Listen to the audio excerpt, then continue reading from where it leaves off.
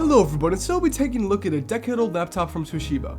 When this laptop was released in 2009, it was decently powerful and would have set you back about $750. Compared to our modern capabilities though, this laptop would struggle in most games and productivity tasks. This laptop sports a Core 2 Duo T6500 clocked at 2.1 GHz, 4GB of DDR3 RAM, a 320GB 5400 RPM hard drive, and 4500 mHD integrated Intel graphics.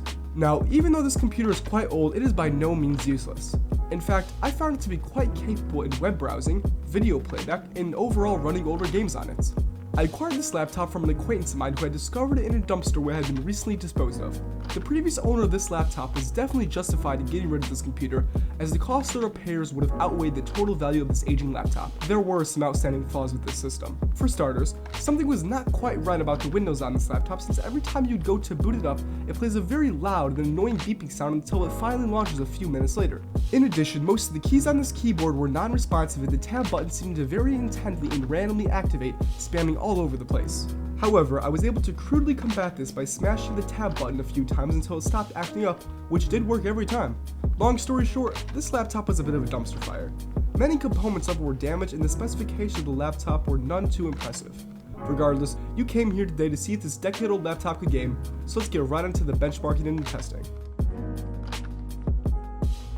To start off, we tested one of my favorite older games, Far Cry. Far Cry released 5 years before this laptop did, back in 2004, with system requirements much less than what this laptop had. As expected, Far Cry performed pretty well on this laptop. Like all other games tested today, unless individually specified, Far Cry was ran in the 1280 by 720p resolution. Specifically to Far Cry though, I used the medium preset while testing this game. After a few minutes of varied gameplay, the average FPS was 32 and the game did not stutter much while playing. Overall, it was a good way to start our benchmarking of this laptop. Next up, I tested Max Payne, which was released in 2001, 8 years before this laptop was. In addition, I also opted to run this game with the lowest preset to maximize its performance and make the most out of the hardware available. As expected, Max Payne ran flawlessly on this laptop, achieving an average FPS of 59. There was no stuttering to any degree and gameplay was smooth and enjoyable. The 2003 title of Need for Speed Underground was the next game to be tested on this laptop and performed the worst out of all games tested today. Following the smooth experience of Max Payne, I once again decided to run this game with a mixture of high and medium options. One odd thing, however, is that I couldn't adjust the resolution of the game, leaving us with these black bars on the edge of the screen. After a few minutes of testing on a racetrack, the average FPS was 22 and the overall experience was none too enjoyable. There was a bit of input lag and sometimes the system would stutter during gameplay. Still, lowering settings would fix these issues and boost the FPS. Following that, I tested the 2001 title of Return to Castle Wolfenstein on this laptop, which gave us our best performance today. Undiscouraged by this laptop's previous shortcomings, I selected the highest preset for this game and began to test it. Through a mixture of indoor and outdoor activity, the average frame rate was 121 and gave us an overall smooth gaming experience. The GPU can be seen to stick around 100% most of the time during gameplay, meaning that the laptop was therefore bottlenecked by the Intel integrated graphics. However, this didn't matter much since the overall gameplay was fluid and exceeded my expectations.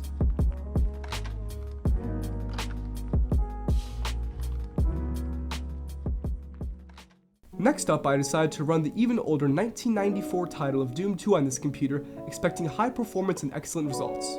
Nevertheless, I was delivered just that, as Doom 2 ran very well on this laptop. My FPS recording software did not want to function with this game, but the frame rate was clearly very high and gameplay was fluid, smooth, and enjoyable. Next, I tested Valve's popular Half-Life 2, released back in 2004. I ran this game with all the highest settings in the 720p resolution and was honestly disappointed by the performance of this laptop and this title. After a few minutes of testing, the average frame rate was only 22, which was much less than I anticipated. However, I believe this is largely due to the watery environment I was in with many reflections, as the FPS increased quite a bit while entering a room. Overall though, 22 was enough FPS to run this game in and it felt surprisingly good, mainly due to the lack of stuttering. For the last game tested on this laptop, I ran the 2002 title of The Elder Scrolls Morrowind on the system. I selected all the highest settings for the game and also ran it in the 1024 by 768p resolution. By the end of our testing, the average frame rate was 35, but during gameplay it certainly didn't feel as such. Whenever an NPC's model came into view, the FPS would plummet, but while an NPC was not in view, the FPS would skyrocket. This little quirk made gameplay slightly annoying and took away from the overall experience. However, I cannot blame this laptop from this issue, as I've encountered this problem on several other systems beforehand as well. Overall, this decade-old laptop has quite a bit of life left in it. Sure, it may be a bit busted up and hardly able to run games released many years before it, but it held up as expected and still has much use left in it. After reviewing the test from this laptop, I'd overall rate its capabilities and experience a 4 out of 10. The best way I would be able to describe this system would be as just enough to barely get the job done, and even that would be a stretch. If for some reason someone is still using this model or similar model of laptop, I would definitely recommend an upgrade as it can get bogged down very easily. Though it is still decent at web browsing and older gaming, this laptop is in grave need of an upgrade. This system does still have some potential in regards to upgrading and does support up to 8GB of RAM and could have its old hard drive swapped for an SSD.